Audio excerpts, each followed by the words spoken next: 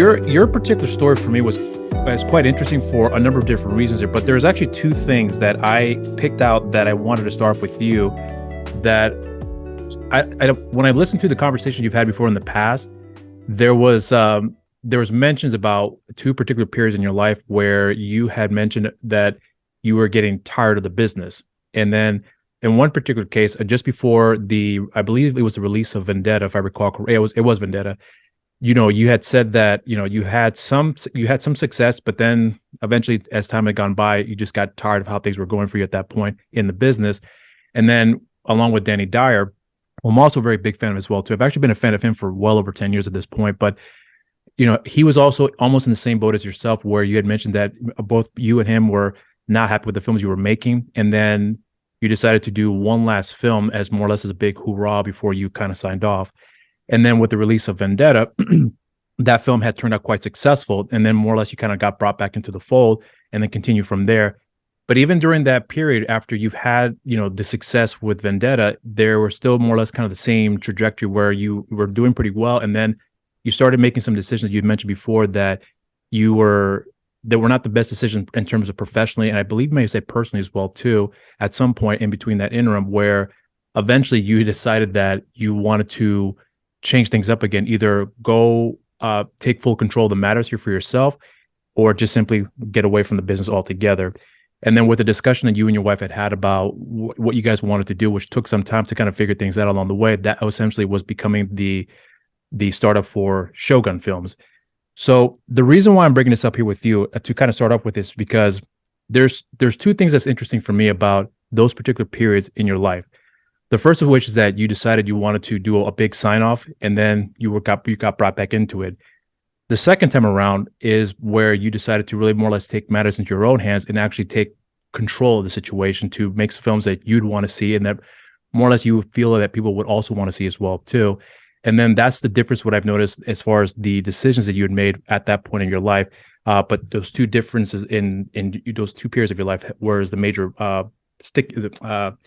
the standouts for me, I should say. So things have it looks like to me, have gone pretty well for you when it comes to with the release of Nemesis and then Renegades. And of course, you've had some of the projects along the way that are still in the works here. And some of you just actually shot recently, if I recall correctly. So I'm actually really curious about your perspective on things now, considering that before you wanted to walk away from it. Now, this time around, you decided to take more control of it. But I'm not sure if there's still a little bit of that same sentiment, even up to this point, where because you are starting it from the ground up and taking control of matters here for yourself, if anything has changed for you along the way, whether or not you feel like the decision you made up to this point right now is turning out to be good, or maybe it's really rough right now, but you're seeing the trajectory that if you continue with this year, there will be a better set of opportunities for yourself that will make things a little bit more easier for you to be able to get things done. Whereas right now it might be a little bit more difficult considering how things are going for you at this point. So I hope it's not a convoluted question, but I hope you understand what I want to start off with here on that.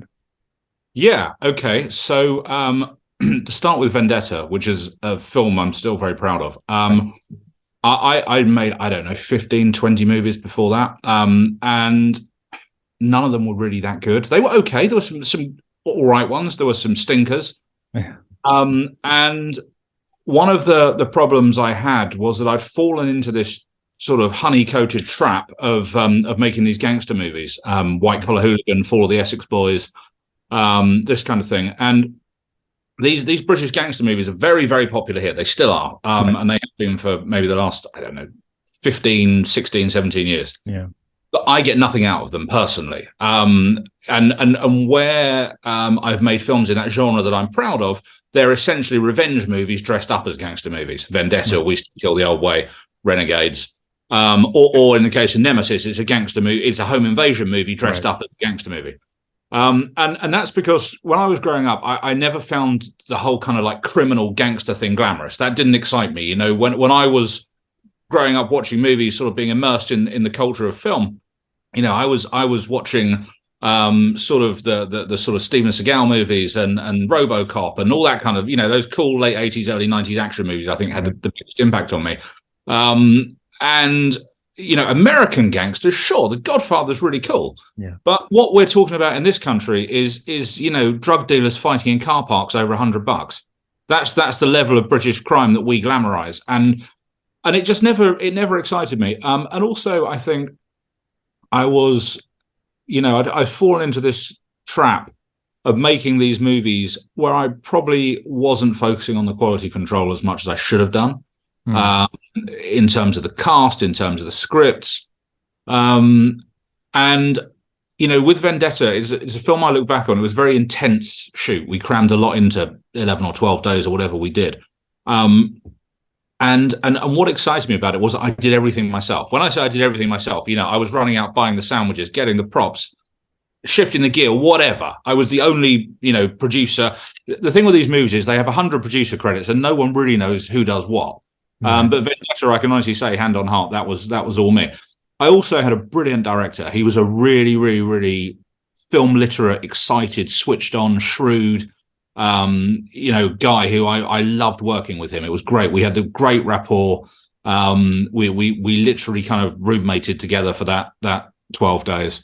And I think he did a really, really good job. And that excites me. When someone's brilliant, that's really exciting. And you're right, Dyer was he was at rock bottom. He really was at absolute rock bottom. And we'd done this movie. We'd done a couple of movies before this, but we'd done this movie that I wasn't involved in it creatively at all, called 7 Lives, which I'm sure you've never seen, and I hope you never do. Is that the one that is? I'm thinking of somebody. Is that a Simon? I'm thinking the wrong Simon Phillips movie. No, that's The Last 7. That's the one. That's what I'm thinking. That wasn't one of mine, but I thought that was a good movie. Yeah, well. No, The Last 7 was terrible. The idea of it was like, the seven lives was terrible. It was 7 different ways that a guy's life could go in one day, kind of like a really crappy Groundhog Day. I see what you're saying. And we just arranged some financing for it, so that was my sole involvement of it. But I went to a screening of it, a distributor screening of it. And there were 3 people in front of me who were distributors. There were 4 of us in the whole screening room, and 2 of them got up and left, and one of them was just texting on his phone. And I thought, shit, this is it for Dyer, And he had been sort of. It's really weird. There's nothing worse than being a really famous person and being broke. Yeah. But he was getting paid peanuts on these movies, yet his face was shifting DVDs, because that was the business back then. The problem is that audience is not as stupid as the distributors thought. So they very quickly see through, Danny Dyer with a gun on a DVD cover, and then some kind of worthy drama when they put it on their TV. So they were stopping buying them. So his stock was rising. His price was lowering. Sorry, they were lowering. Right. It was a really tough time. And initially, Vendetta was written for another actor. It was written for an actor called Nick Nevin, who had starred in White Collar Hooligan, Fall of the Essex Boys. He's in Vendetta. He's the guy that gives him the guns. I know who you're talking about, yeah. And we worked with him a lot. Very good friend of mine. And Nick was going to do it. It was a logical successor to those other gangster films I'd done with him. And Dyer and I had some big heart-to-heart one night, and he said, I really just want to do this one great movie to show people that I can act and I can do this, and yada, yada. And I said, well, I've got this project. It'll be perfect for you, but my buddy's doing it. And the next day, Nick Nevin called me and he said, I've got really, really, really bad news for you. The movie that I'm directing for Universal, The Hooligan Factory, has been greenlit and the dates clash with yours. And I said, this is clearly meant to be. So Nick went and shot The Hooligan Factory, which Dyer did a one-day cameo in, and Nick did a one-day cameo on ours. Everyone told me not to put Dyer in that movie. Everyone. All the distributors were saying, don't put him in, get an unknown, don't use it, he's toxic, blah, blah, blah. I just thought, fuck that. He's great. He is great. And even when we finished the movie, we showed it. Danny and I took it to Universal, who had in the interim, backed another movie of mine, and we showed them at the cinema and all this. And the guy literally said in front of Dyer, "No, this isn't for me. It's not going to work." And obviously, it came out and was a massive success. And and it was a big success. It was the #1 indie film on DVD that year. And it wasn't until there's a film review show in this country. At the time, it was filmed 2013. It was called, so it's film and then the year that it's on. Right. And I was having dinner with a distributor who had bought it, and my phone just kept going ping, ping, ping, ping, ping, because it was Film of the Week on Film 2013, and the critics all sat around on the show and said, actually, we've all forgotten that Dyer's a great actor, and this isn't a bad film, and you should do it. And we put it out in a couple of cinemas. It got really, really, really good buzz. And also what happened, and there's no denying that this was a part of it. It came out on Christmas Eve, and on Christmas Day, Danny made his debut in EastEnders, which is the biggest show in the UK. So the BBC gave me this huge publicity platform for my leading man, allowing me to reach people that haven't been done. And, he'd agonized over the EastEnders thing for years. They offered him the role many years ago, and he kept turning it down, for what I understood from previous conversations he had. Is that right? Once he turned it down, and once they changed their mind. Because he was quite a controversial figure in those days. And we talked about it, and I always said to him, you've got to do it because it's financial security. It's very hard. In the UK, people look in and they think it's not an industry here. It's not a business. Unless you're in big movies or on a soap like EastEnders, as an actor, it's very hard to make a decent living. And I just thought, he had a young family. That's absolutely the right thing to do. So he did that. He left a hole, a vacuum, if you like, in the British independent film industry that has never been filled. There has never been another leading man in that low budget space who guarantees sales the way that he did. That's not to say there aren't great actors working in that space, but there has never been a natural successor. And I think the way the film business works now, there probably never will be, because in those days we had proper magazines, we had adverts on TV. The distributors spent a lot more money then, so star building and maintaining those stars was a lot easier. Whereas now the distributors say, "Oh, we'll put some spend into Facebook ads," which is bullshit. That's nothing. It's so lazy. Or do some sponsored Instagram posts. It's not the same. It's if the distributor doesn't have the faith to spend money on a movie, then you can't expect the public to respond to it positively, in my view. Right. So yeah, and then because of the buzz around Vendetta, Anchor Bay, as was then UK, came to me and said, "We love this movie. They bought it. They released it. It was very successful for them. We'd like you to make movies for us." And I like a job. And I said, "Well, I'm not going to do that, but I'll have an exclusive or a non-exclusive deal with you." So we signed a deal to make 4 movies a year. I think we ended up making 4. And then they sold the company, which was really frustrating in a way. But we had started making films that weren't as good. We made the first one we made, We Still Kill the Elway, was great. The rest of them, not so much. And Universal had come to me and commissioned this other movie. So yeah, it was all sort of going really well. But it's difficult when you have success for the first time. And that was, I suppose, the first real success I had in this business. It's very easy to take your eye off the ball. And I did. And, I particularly look at a film that I made for Anchor Bay called Age of Kill. I saw that movie too. Yeah, which stinks. It's a terrible, terrible movie. And a part of the reason for that is that the brief was to make, it started out as 2 separate movies. It started out as a movie about a guy going undercover with the fascists, and a movie about a hitman being blackmailed into killing people because his daughter's held hostage. And they sort of became one movie, and they were very uneasy bedfellows for sure. And I just think that film was a mess, and you have to, when you're a filmmaker, you have to own it when you make bad movies. And that was a really, really wasted opportunity. And as much as I love him, and he's one of my absolute best friends, I'm not convinced Martin Kemp was right for that role either. When we first started talking about it, I was pushing for Craig Fairbrass. He would have been great. Yeah. I mean, he's that natural action guy. And that was one of the problems when you're making movies for a studio. They tell you who you're going to have and how it's going to go and all that kind of stuff. It was very frustrating. Obviously, in terms of Vendetta, it was all on me. I cast everyone. I got who I wanted. It was great.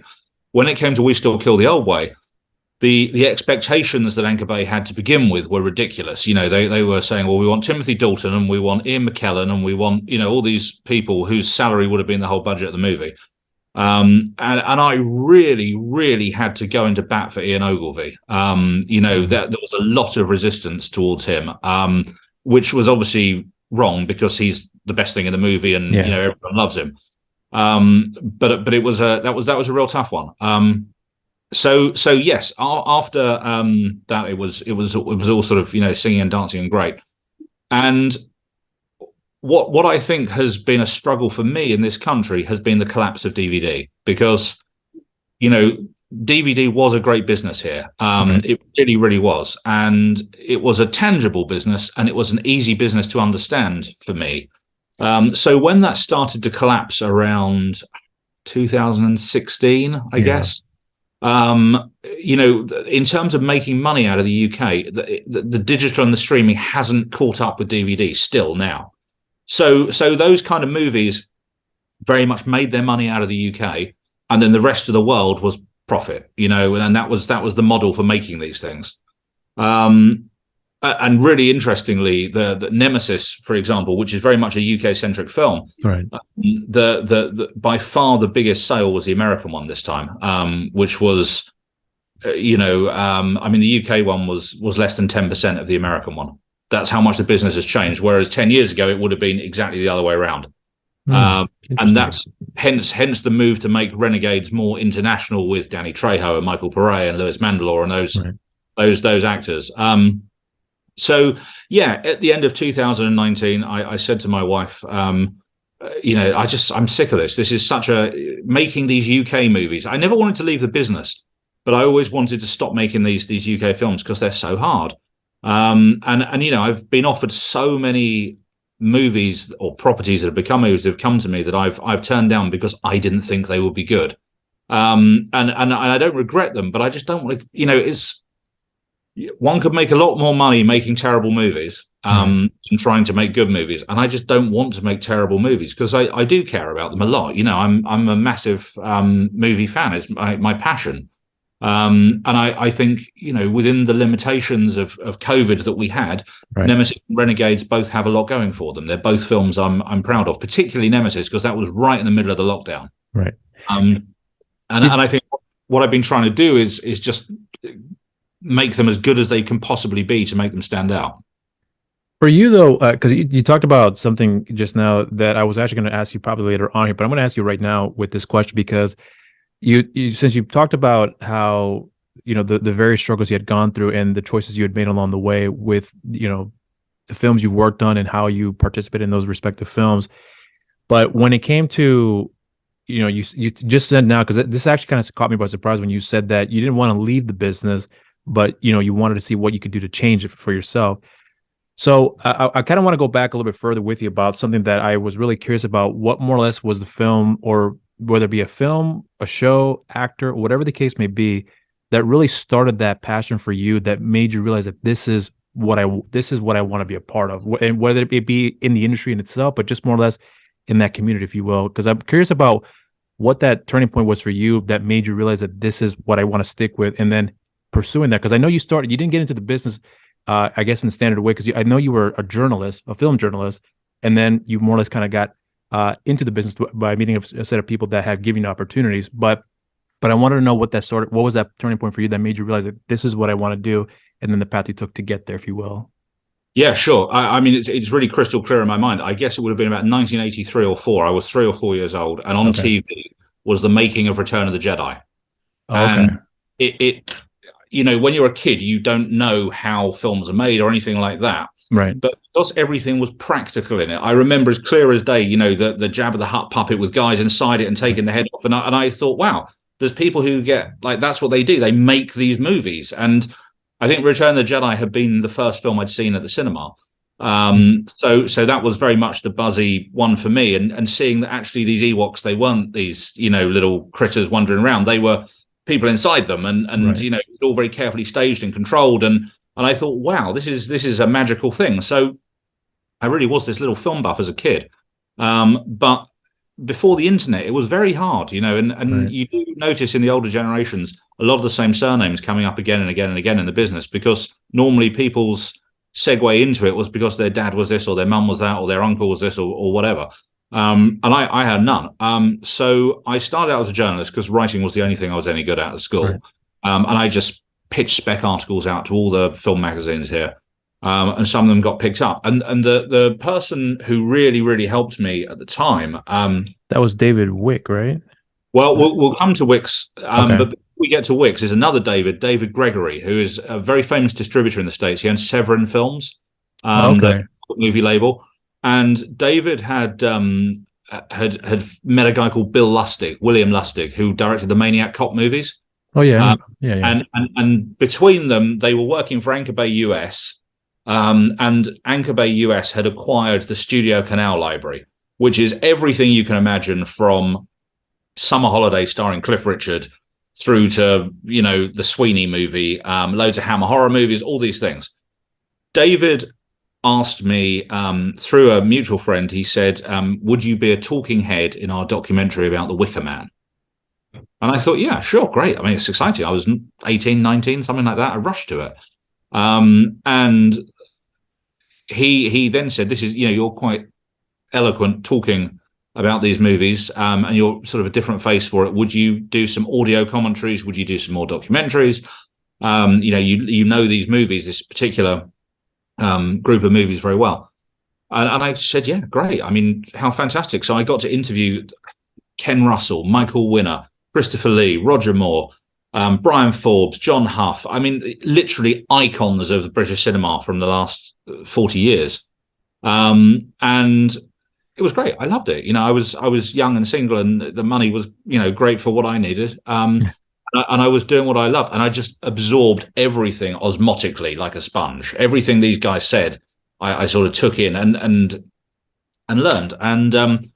And one of the people I met that way was David Wicks, who was a very famous TV director, probably most notably the miniseries Jack the Ripper with Michael Caine. Yeah, and we just clicked. He was a bit of a father figure for me, I guess.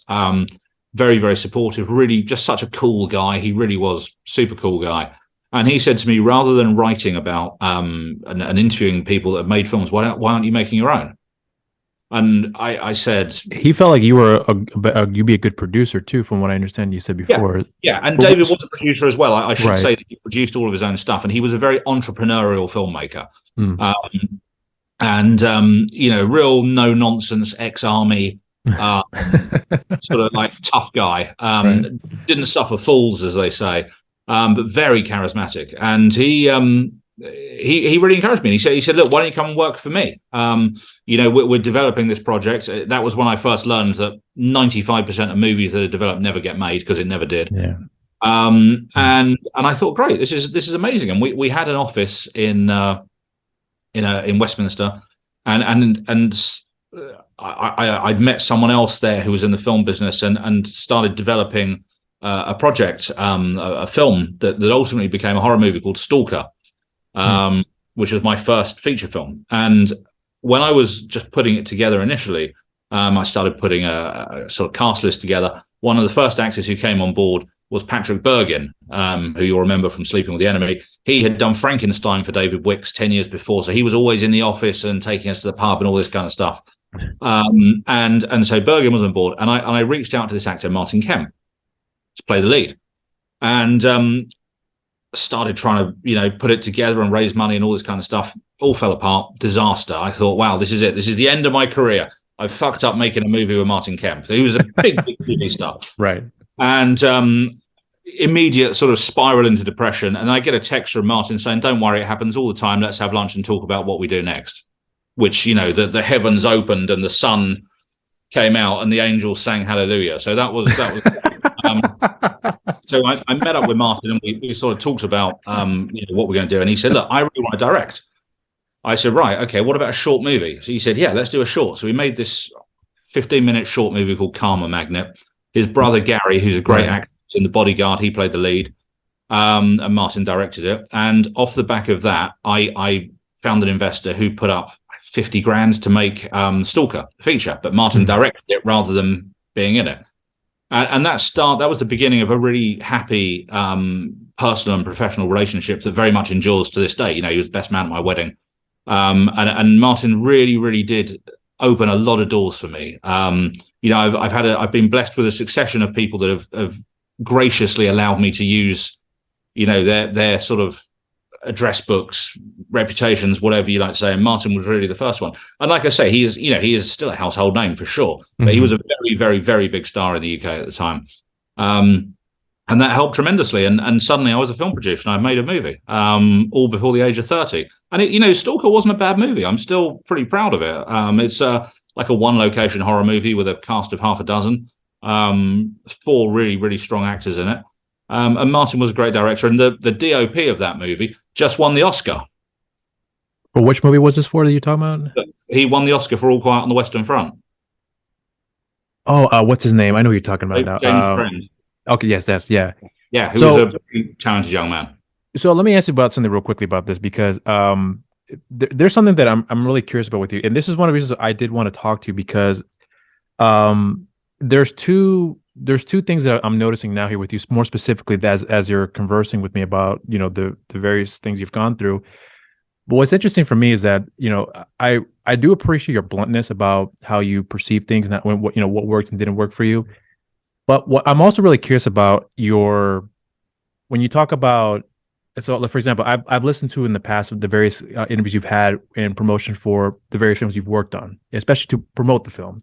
And I understand how the industry works, and I know it's the same across the board wherever you go. There's nothing unique about that worth here in the States, but the reason I'm bringing this up with you is because I'm actually really curious about your perspective on things back then and how you look at something. Because I know you said that, for example, Age of Kill, which I did see as well, but when you talked about how you didn't like the movie and why you didn't like the film, but then you're promoting the movie. And I'm asking you about if your perception of the film at that time, was it purely just coming from perspective, I got to promote the film, or maybe the film is not as bad, but then as time has gone by, maybe you have a whole new set of lenses about how you have perceived the business, how you looked at yourself, and you realize that this movie was not as good as I thought it was.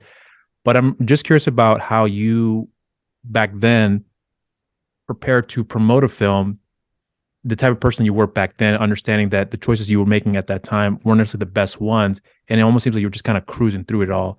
So, now you're obviously much more cognizant of that sort of stuff about how you want to approach things a little bit more differently. What's changed for you now from back then promoting a film, whereas this time around, I hope it doesn't come out the wrong when I say here, but it seems much more authentic, if that makes any sense. So I'm curious to hear about your perspective on that. Yeah. I think a lot of it is that you have a responsibility to promote something that you've made. Age of Kill wasn't the worst one. Right. And it's, there's a certain group of 3 people who probably quite enjoy it. I don't know if there's any more than that. I had to coax Martin into doing the press with me. We both realized it wasn't a great movie. And as he rightly said, when you're the leading man and you're famous, he's the one that has to put his head over the parapet and take all of the critics. So we kind of held each other's hand metaphorically through some of the press. I remember a screening of that movie, again, a distributor screening, but for Anchor Bay. And there was this massive problem with it, which is it was so obvious to me. We had this actor called Phil Davis, wonderful actor, classical actor, with a very distinctive voice. And in the movie, it all kind of hangs on him wearing a mask and speaking into a phone. Yeah. And it was so obvious that it was him to me. But the execs were going, no one will ever know. I said, no, everyone will know. Trust me. It's so obvious that it's him with that wonderful voice that he has. And that's the kind of frustration, I suppose, that I felt. And none of that means that I'm ungrateful, because that Anchor Bay opportunity was wonderful. It really was. Right. And there was a lot of great stuff that came out of it. But it is quite tough when you're working for a studio and they have a very clear brief on what they want, and ultimately, I guess the buck stops with them. There were quite a few times when I thought, I think it depends who you're talking to when you're promoting a movie. If you're talking to the audience who like these things, then you have to try and be upbeat. But also, there's always the caveat of, we're making these movies for $200,000. It's not like they're Hollywood blockbusters, so you have to kind of take them for what they are. I remember there's a horror movie festival here called Fright Fest, and we showed a vampire movie that I made called Dead Cert there. I saw that one too. Yeah. Okay. Well, I'm sorry. I'm going to have to apologize to you a lot throughout this. I actually did enjoy the movie too, believe it or not. Well, but here's the thing though. But I don't mean to interrupt about this, but there's a reason I see where you're trying to go with this here. But I'm just very curious specifically with you about. So, for example, when I've in the past I've talked about how promoting films. I always feel like, even to this day, I still feel the same way, that the way that films are being promoted, the systematic process, if you will, I think it's outdated, in my opinion. And what I mean by that is that it's, there's the same set of questions that are asked all the time. Like, tell me how the film got started. What inspired you? The whole stuff. And I find those questions rather boring. The only time I actually have to sit through to listen to them is if I'm doing research on somebody. Maybe I'll find one little nugget that they'll share something that I was like, I'll remember that, write it down, and move forward from there. But the way that the promotion works for me personally, I understand the purpose for it, and of course you want people to get excited. That part I clearly understand. But I always feel like for myself, and let me know if you feel the same way too, that I always figured that the best way to promote a movie is how you get to know a person. If you like the person, maybe you'll go check them out. You'll check out the restaurant, or you'll check out their band, or whatever the case may be. Maybe not check it out right away, but you have that incentive that I like this person because we talked about something else that was not related to their work, and we had a good time at that moment. I'll remember that moving forward there. So it's a lot like networking with you, talking with other people that you were in a terrible movie, but I got to know you as a person. I'm going to remember you to work with me on another film. So I always figured that promoting in that sense works best. It's not the easiest way to go about it because it's a long form conversation, which I think people say that the attention span for some people is shorter. I can see that to a degree, depending on the I guess the thing that they're doing, especially with social media, where everything's all within seconds. But I always feel like that if you're promoting a movie, even if you know the movie's going to be bad, maybe if we talk about something else, that will give you enough incentive to check out the movie, and then you make your decision based on that, rather than you having someone say it's a great film, but then when they see it, it's like, you said it was good, it was terrible. Now the next film you're going to make, I'm not going to want to see it. So there's a real strange dichotomy when it comes to that, but it's a very tough thing to I think figure out. But I always feel like there's a way to delve into that much more easier without having to put the stress on you to say something that you don't really feel like wanting to say, if that makes any sense. But I'm actually curious about your perspective on that, and see if something of that sort, if has ever crossed your mind about how you go about in preparing for yourself for interviews of this sort, that will, do you have something prepared ahead of time, or do you have to mentally prepare yourself to go through the motion? Because I know they're very, very exhausting, very tiring, especially when you get the same questions over and over and over again for a lengthy period of time. And I'm not sure if you've already developed the callus for it, or if it's something you just kind of just take it day by day, depending on the interview, and how do you go from there. So I hope you don't mind the long question, but I hope you understand why that, to me, it is important for me to delve into with that, because I'm curious to see your perspective on that, considering the amount of years you've been doing this here for. Yeah, look, at the end of the day, I just think we're so lucky that anyone in this business we're making movies and people want to talk to us about them. Right. So I don't think there's any hardship doing interviews at all. I think it's just a privilege of the job. I think people love to moan and complain, but there's plenty of other things to moan about. But doing interviews should be fun. A lot, I guess, having been doing this for so long, I'm probably more comfortable than some people are doing it, and also because I started out interviewing other people myself. Mm-hmm. I can't understand how it is, but I'm a great believer. You have to do whatever you can to promote your work. That's one of the responsibilities you have as any kind of filmmaker. So I've never ever seen that as a problem. Sometimes it's hard to be positive. When you've made something that sucks, basically. Mm-hmm. To jump back to the Dead Cert thing. They showed it at Fright Fest to this packed theatre with 2,000 people in it, and Craig Fairbrass, who was the leading man, and we just sat in the bar and got horrifically drunk while everyone was watching it, because we knew they were all going to come out disappointed. And we were right, and on both cases. And that was a really frustrating thing, because that movie had a lot of potential, and a lot of and a great cast, amazing cast, one of the best casts I've ever worked with. But unfortunately, the director, who was also the financier, wasn't very good at either of them, let's say, either of those roles. So it became this big, expensive blob mess. That's one of the most bigger budgeted films I've made, believe it or not. Certainly doesn't look like it, but to put it in perspective, that cost probably 6 times as much as We Still Kill the Old Boy. And it really shouldn't have done. Really, really shouldn't have done.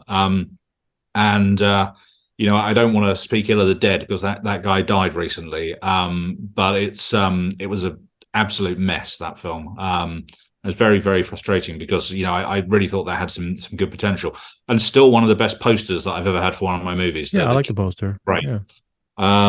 But you can't win them all. So I always found it quite hard to be positive about that. And actually, I remember the American distributor at the time being really pissed off that I wasn't being very positive about it in interviews, and they sent me an email saying, "Can you please stop slating this fucking movie that we've just bought?" And so there is that's just come back to me while we're talking. So it's not like people don't know. So I wasn't always over positive about them. But it's weird. That was I made these two movies at that time, that and a zombie movie called Devil's Playground, which I was much less involved in. I mean, really, they gave me a producer credit, but I was really the casting director. But they both starred Fairbrass, who, like I say, I think is a and Dyer's in that movie too, if I recall. Dyer's in that movie in a proper role, yeah. Craig really shone in both of those movies, and for me, he is the only person in the UK who can do what he does. I think he's the physicality he has really is amazing. He's a great big guy, but he can also really act. So that's very unusual. And both of those movies really, really slid under the radar. And I think Devil's Playground in particular was the victim of that backlash against bad Danny Dyer movies, because it was actually a good movie. And people looked at that artwork and they saw him on the cover and they thought, I'll wait for that to come on Channel 5 or whatever. I'm not going to actually spend my $15 to buy it because it's probably going to be rubbish like the others. And I would argue that the British key art made it look like a gangster movie.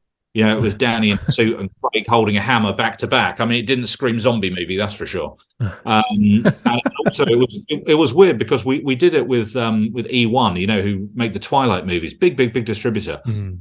And the trailer they put out in the UK was awful. I mean, I can't tell you, it's the worst trailer I've ever had for one of my movies. It was just dreadful. So that definitely slipped under the radar, unjustly, and it's a shame. And it's never, if I have a film that's ripe for rediscovery, maybe it's that one. Whereas Dead Cert, I think, has a lot of potential, but it just isn't very good. So I think it had its moment, honestly. I despite what you say, I think it did have some good qualities to the movie. But yeah, I did have some problems with it, but I don't think it's as bad as I think as you make it seem. Like there are some great qualities the film does have. The actors give some strong performances, so I think that's what really held the film up very, very well, in my opinion. What's his name? Dexter Fletcher is phenomenal. Billy Murray, excuse me, is fantastic in there as well too. So despite the issues, but the actors, I think, what really made the film turn out so well, considering the circumstances that you were just describing here. But I guess I'm just curious about with the way things are going for you right now, considering the amount of projects that you're starting up, because you just mentioned before that you were prepping for a movie shoot that's coming up this week as of this recording. Has anything changed for you personally on how you are approaching a project, whereas before you almost, from what I'm just understanding here, that since you weren't heavily involved to some degree with some of these various projects you worked on, but this time around it seems like you're a little bit more hands-on. So obviously that the approach has changed for you, but I'm wondering, with the amount of responsibilities that you're taking on here now, has anything changed about how you are?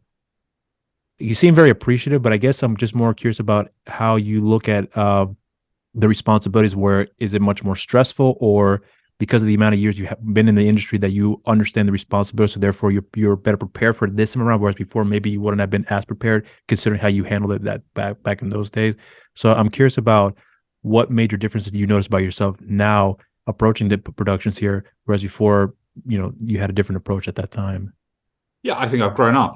Is the simple answer. I'm 43 years old now. It's 10 years ago that I made Vendetta. And I'm a very happily married man who stays at home and doesn't really go out very much and has a wonderful family life. And so I'm very, very focused on what we do, and I do care about it a lot. Whereas perhaps in the past so much I didn't. So that's any sort of success or positive change or whatever, I put completely down to my wife, who has been the best thing that's ever happened to me on every level. And I take it seriously, I suppose, as well, because she's been in these movies. I want to give her the best platform possible too, and that is really important to me. And that's not my only reason for making a movie, but it definitely is important. And that is definitely what's changed. I think I've grown up, I've got married, I have a very positive influence on my life. And it makes you try harder and take things more seriously. Would you say you're more happier now? Not just with your personal, but I'm referring to about the business side of it here. Are you much more happy with the way things are going for you, or is it the amount of stress that comes with the responsibilities you're taking on here? I'm not saying temper down your happiness, but maybe, there's a difference in how before maybe you wouldn't have approached it as positively, but now understanding how the cycle works a little bit better, you have a better way of handling yourself to not make it as stressful for you, if that makes any sense. Yeah, I mean, have I ever really found it stressful? Probably not that much, because like I say, and I can't overstate this enough, we're making movies. That's such a privilege. To make a living out of your hobby is the best you can possibly have in life, really, isn't it? Right. Do I find it stressful now? No. The biggest frustration always with producing movies is the waiting. The waiting for Right. actors to respond, the waiting for the finance to come together, the waiting for the distributor to say yes. That never gets easier, to be honest with you. Mm. And I think at the minute we're in a weird time for these sort of $1 million and under indie movies, because COVID changed a lot, and one of the things that's hurting the business generally is that distributors bought a whole load of movies for a lot more money than they should have done. They've performed at the level they would have done if they paid less for them, and they're shaky about buying more. So I think we're going to see a lot more completed films being acquired by all the usual suspect distributors rather than being pre-bought, and we're seeing it already for sure. But as ever with this business, the counterpoint to that is that the WGA strike is quite likely going to lead into a director's strike, an actor's strike, whatever. And suddenly all those Americans are going to come looking over at England going, what can we make there cheap? And I'm very aware that several of my actor friends are all going on crash diets to be in fighting shape for when those calls come. Interesting. Do you think though, with the way the industry is going right now, especially with the indie side of it here, because I actually talked to, I'm sorry, I meant to say, I've listened to Jesse Johnson talk about when, one of the reasons why he came out to America was because the industry for the UK films it's a lot harder because there's a bit of a almost, I forgot how he described it, but I guess the best way, if I can recall correctly how he described it, was more in the sense of like it's looked down upon with certain people working in the industry unless you are a Hollywood actor that works in these Hollywood studios. Over in the UK, there's a certain hierarchy that comes with it, with the amount of respect that's purely coming off of a surface level. Again, he's a good actor, he's a famous actor, and that was enough for you to get the respect from the public, if you will. So one of the reasons why he pointed out he left is because he just didn't like that environment, and plus he always wanted to come to the US anyways.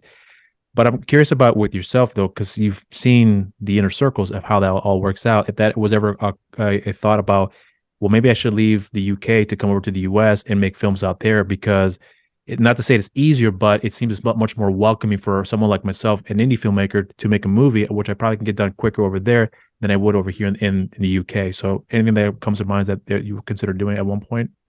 Absolutely. And after Vendetta, I should have moved to Los Angeles, without a doubt. That was, if I was going to do it, that's when I should have done it. Although, weirdly, that movie disappeared in the States. It absolutely came and went in a week, like so many of these things do. It made no impact there at all. But that was certainly when I was sort of on that course for that, and it would have been the right time. And until 2020, it was always a regret that I didn't, because I love America. I love Los Angeles. A friend of mine is a very famous producer called Paul Brooks. He makes he made My Big Fat Greek Wedding, and he makes the Pitch Perfect movies. So he's very, very successful. And he moved to Los Angeles from London. He'd been making low budget Craig Fairbrass horror movies sort of 10 years before I came into it. And he's always very helpful. And he always says, the old saying, if you want to build cars, go to Detroit. So he went to Los Angeles. And the thing is, in Los Angeles, until 2020, it was like a mining town where they mined film. That's how I always describe it to people. If you meet someone in Santa Monica and they say, I'm making a movie, it means they've got a start date and a budget and a cast and probably a distribution deal. If you meet someone in the UK who says they're making a movie, it means they've got an idea. That's about it. It's not a proper business in any way, shape, or form. It's an elitist hobby and a lot of fuckaboutery, to be honest with you. So yeah, I was always really tempted, and my wife and I went to LA in 2018. To sort of, and we talked about it. We had a really, really serious conversation about it. One of the biggest reasons we didn't is because, as you know, our youngest son has type 1 diabetes. and the care in America is not as good as it is here. And also, he gets all of his medication for free in the UK on the National Health Service. Right, so that makes a really big difference. Now, that's not to say that we wouldn't, obviously we'd pay for it in America.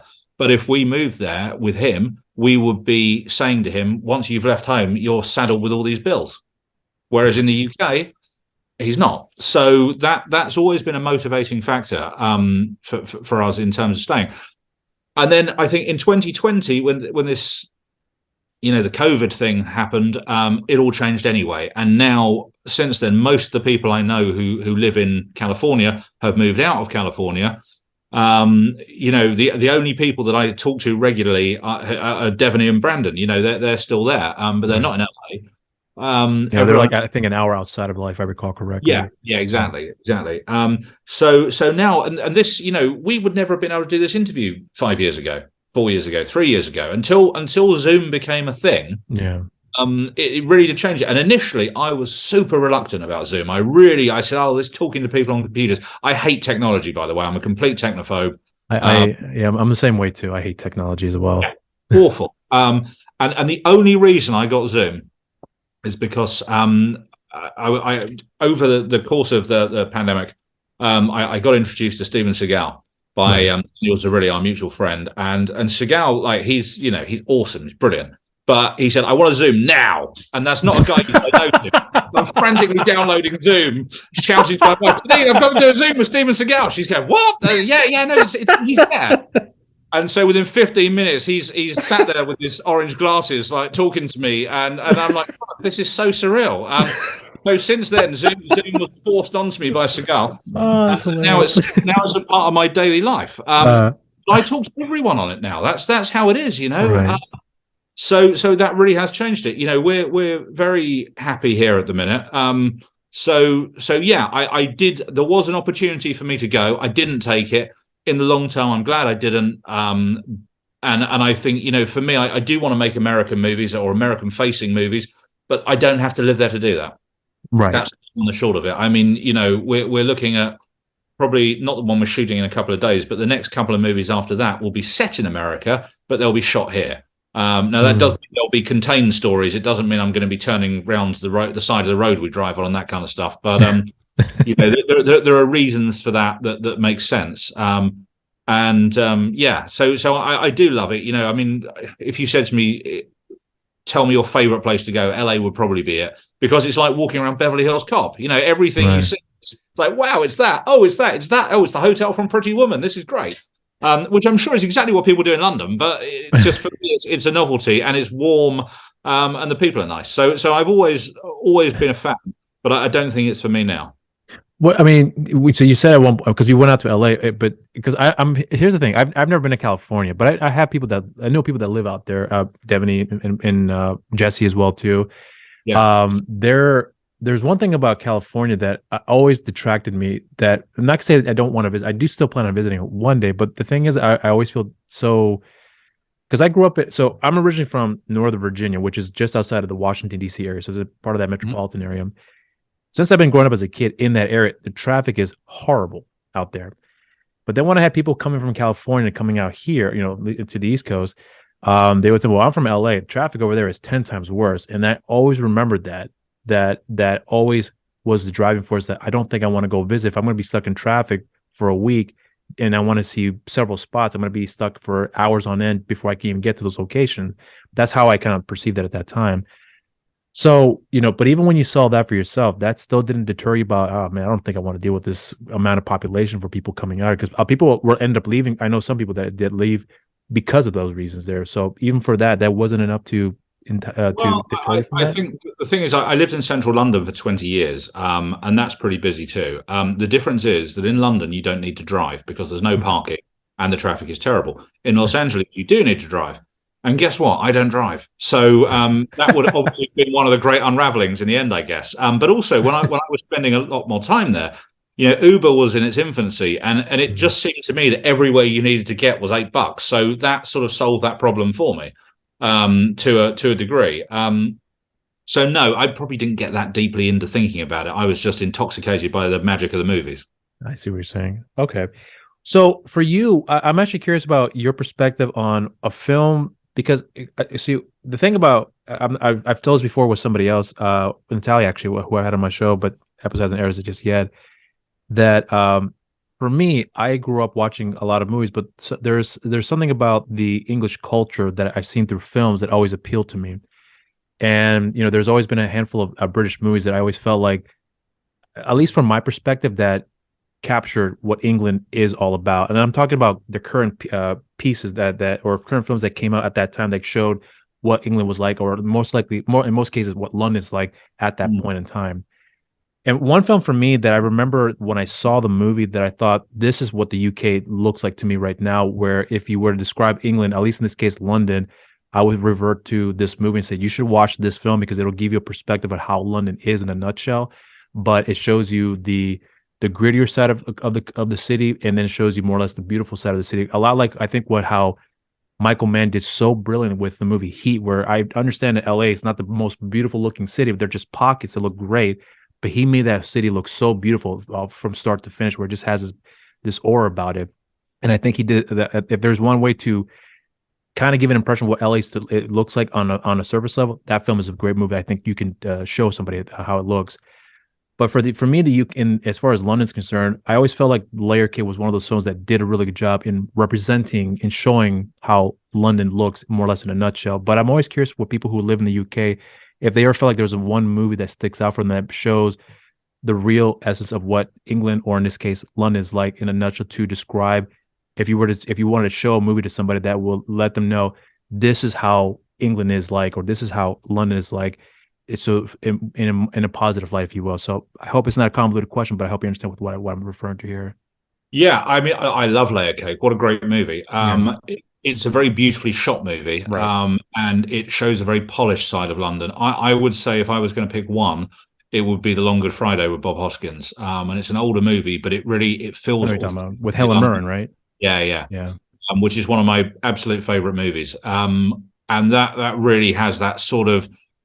London's a weird city, like all cities, it's this weird mix of like sleaze and class, and sort of, it has all the shitty areas and all the lovely areas, and they really are like one street separated from each other.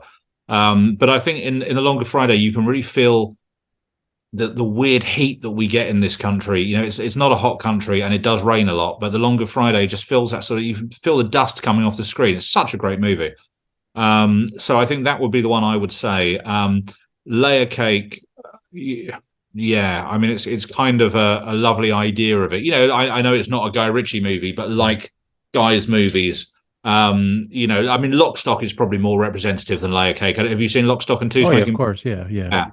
That's probably more what London's like. There's a movie that because someone Dexter had directed. It was actually his directorial debut, Wild Bill. Yeah. That I think that's a phenomenal movie that he had done for directorial debut. I think it's a great film, but I always thought that movie did a really good job in showing the rougher side of London, but in such an epic way that whereas Layer Cake did showing the beautiful side of London, but with the rougher interior, if you will, that did it in an epic way as well too. But that's the thing for me about when it comes to a lot of people who are not familiar with the British cinema. There's a lot of great movies out there, and the thing is that they're far in between. I hate to say it like that, but there's Wild Bill comes to mind, Layer Cake comes to mind. What else a movie? I mean, of course, they have the popular ones out there like Four Weddings and a Funeral that tend to like more or less glamorize how the culture's like there. But then you have shows like Mr. Bean as well too, which I grew up watching as a kid. In the Blackadder series as well too, but I think a lot of people here in the States, when they associate England, they kind of tend to look more towards like, I guess, whatever actor that comes out at that time, and then that's their idea of what England's like in a nutshell. Which is why I always find movies like in this case like British gangster films like Lock, Stock is considered one, Snatch as well too, where there's one of the very few films that actually pierces right through the mainstream, where people got it and understood it, despite the differences in the way the dialect is overseas. In this case, with England. So, but the reason I'm bringing this up here with you is because you are making a conscious decision on wanting to make films with the British sensibilities, but to a much broader audience out there. And that's something that I thought was quite interesting, because Renegade is actually a really good example of that, where you discussed about how you want to bring more of an international cast to appeal to more a mass audience. When it comes to you having to make films of that sort, because you talked before about how you weren't a fan of the British gangster films. I mean, there are some films you do like, but it wasn't your go-to.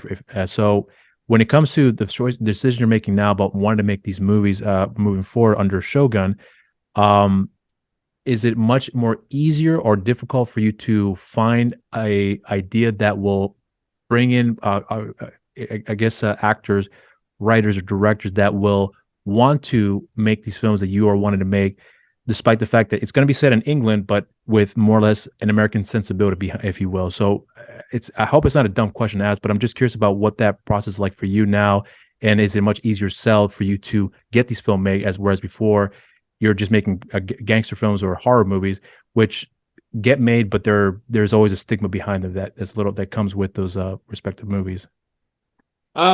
I'm not really looking to make films set in England at the minute. I don't have anything on our immediate slate apart from this horror movie we're starting in a couple of days. But that's horror; it's different. Right. You know, the movie, we're going to make a movie this year called Crossfire, which is a siege movie set in a shopping mall.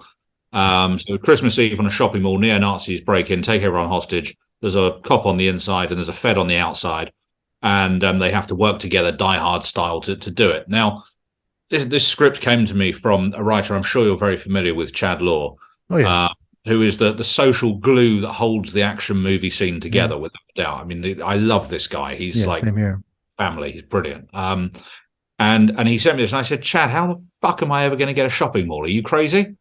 And the next day, I kid you not, someone said to me, if you ever want to shoot in a shopping mall, I've got one. You can have it for nothing. I said, you're joking. No, it's a British shopping mall. But the thing is, because we have to CGI out the names of the stores anyway, very easy to make them American. So it makes a massive, I have the one, it's a one location movie. I have the location here. We bring over a couple of American stars, and there's a whole load of American actors who we can local hire here. And away we go. Makes a huge amount of sense to me, and I can control the logistics of it. There's a Western we're going to do, which that was with Brandon, right? Yeah, with Slagle. Yeah, they're both with Slagle. He's directing both of these. Initially I thought we'll do this Western in the States. We'll do it in California. It's going to be great. I got an American line producer to look into it for me. He said all the locations are booked up for 2 years because of Yellowstone and 1923 and there's loads and loads of movies that are being made. So we found a Western town in Europe. There's plenty of them. I mean, Clint Eastwood was making movies in Europe years ago. Yeah, in Italy specifically, right? Yeah. So, and Spain is the same, and Portugal, they're all there. So I thought, hey, let's do this. I think it's a really good fit. So we're working out the logistics of that at the minute. And I think Brandon's really happy to travel. It's sort of an adventure for him. And he's another one. One of the things that's also changed for me, and it really has. I completely agree with Jesse Johnson, by the way. He's a very shrewd guy. He's a very talented guy, and he really deserves the massive success that he's having at the minute. And he's someone that I talk to. A lot of the people in the film industry in this country suck. It's that simple. They're people who are making movies for the wrong reason or just sitting around talking about it and not actually doing it. But these guys I met in the States, Chad Law, Brandon Slagle, they're such cool guys. And they actually love these movies that I love. We're all fans of the same movies. I mean, Chad Law and I out-geek each other all the time on WhatsApp. That's our constant thing. We're texting, have you seen this movie? Have you seen that movie? And we've always both seen all of them. And Slagle's the same. He really gets it. We're all kind of the same age. And I guess one of the things that I've come to realize in the last few years is that my film sensibilities are very American. They're not English at all. I want to make Terminator and RoboCop and The Running Man and Out for Justice. I don't want to make Four Weddings at a fucking Funeral. That's not whatsoever. So these guys have really kind of, I don't know, I feel very much part of that scene. I had a really nice relationship with Daniel Zarilli on Renegades, the director. He was really fun. And I totally get everything that Jesse said, and if you want to make commercial fun movies, genre movies in this country, people sneer, they say, oh, that's rubbish. Let's make a kitchen sink drama set in a horrible state with everyone being miserable. Fuck that shit. I don't like those movies. Why would I want to make them? I want to make entertainment. That's the whole key to this, is to entertain people, because movies are escapism for me. That's what they. When I was a teenager, I started taking a film studies course, sixth form at college. I lasted 2 weeks. Literally 2 weeks. It was bullshit. All this stuff they're saying, and this color means that, and that number plate means this, and all this. No, it doesn't. We all know that the number plate's because that's the crew member's car that you use that day. Right. It's just not true. So, yeah, I really do feel very much a part of that, and I love working with these guys, and they really are smart guys. That's not to say there's not a whole lot of people in the UK that I'm not enjoying working with too. Don't get me wrong. But the American sensibility for movies is one that I find very exciting. Because at the end of the day, it's Hollywood. It's not London. That's where all roads lead to Hollywood. Right. So yeah, that's my hot take on that. But just hearing you talk about this now, I can clearly see the excitement level that you're getting from, in this case, you talked about Jesse, you said before, and you're talking to Brandon and Chad. Chad is an interesting one for me because he's the guy that, I agree with 100%. He's that glue that's holding more or less a genre together. Daylight's In. I'm sure you've seen that movie. I love that film. I think that movie is phenomenal. I think it's a damn near perfect movie. And just about anything that I believe Chad works on is almost, I would say for the most part, are pretty much a work of gold. But when you're talking to these guys here and seeing that the approach you're taking on now with Shogun here, and you're getting yourself introduced to Chad, Brandon, and various other people you've come across, especially here in the States, do you feel like they're the? I guess the best way I could describe it is that you don't see, I guess I would say what I want to say is that do you see things looking things are looking to get better for you, whereas before maybe when you were making these horror films and genre films over here in the UK, I'm not sure if you had the same voice about things are going to get better from here, because obviously you came to a point where I'm going to walk away, but then this time around here, starting with Shoguns, you are again taking more control in the matters here, but then now you're talking to Brandon and Chad and you're seeing that they have the same passion as you do, and I'm wondering if now that I know there are people out there like myself that are working in this industry, I can see things are going to get better from here. So now my excitement level is at an all-time high, where before it may have not been before, even though I still want to do this here, but it's not the same as it was beforehand, if that makes any sense. That's exactly how I feel. Super positive, super optimistic. I really, really like working with these guys. And I think, the reason we all get on, I think, is because for a producer, I do care about the movies, and that's quite unusual. It's not just product to me. And we do, have a lot of sort of common, reference points that we all share. And I think I'm so excited about it. I really am. And Renegades is a really good, solid movie. I'm really happy with it. There are things I would change in retrospect. Of course there are. Same with Nemesis. But I will sort of defend Nemesis to the end, because we literally shot it in September 2020, which was right in the middle of the lockdown. So there were a lot of limitations. But I think that they're transitioning movies, and I think what we're going to do next, what I've done is we have Shogun to make these action movies and sort of bigger horror projects, and we've just set up a horror division called Red Shadow Studios. I have a long-term colleague called Adam Stephen Kelly, who's been working with me for the last decade, and it was very strange. He came to me and he said, I really want to have a crack at having a little label for micro-budget horrors. And I said, Adam, these things are a pain in the ass. We make these micro-budget horror movies. The limitations are what they are, and the movies always suck. And he said, no, we should really do it. I said, it's just a lot of work. That's the thing. And again, this happens to me a lot. You'll see a pattern of this happening. The next day, a German distributor who I've done business with for years rang me up and he said, would you like to make micro-budget horror movies as an output deal? I said, well, not really, Benjamin. I mean, I've just okay, tell me more. And we start shooting this. So this was March, probably. We start shooting the first one in 2 days' time.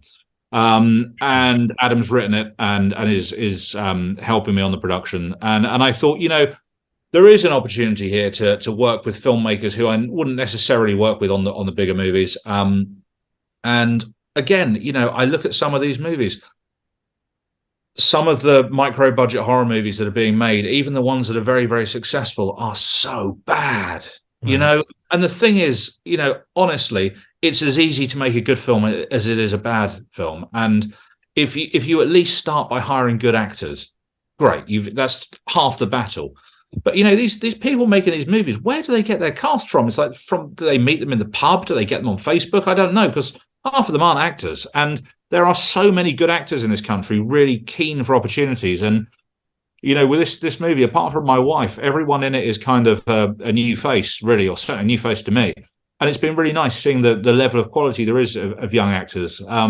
So I'm very excited with that. The Red Shadow thing, we're going to make 2 movies in the next month. Then we're going to do a TV series, a 6-episode TV series with the same German distributor.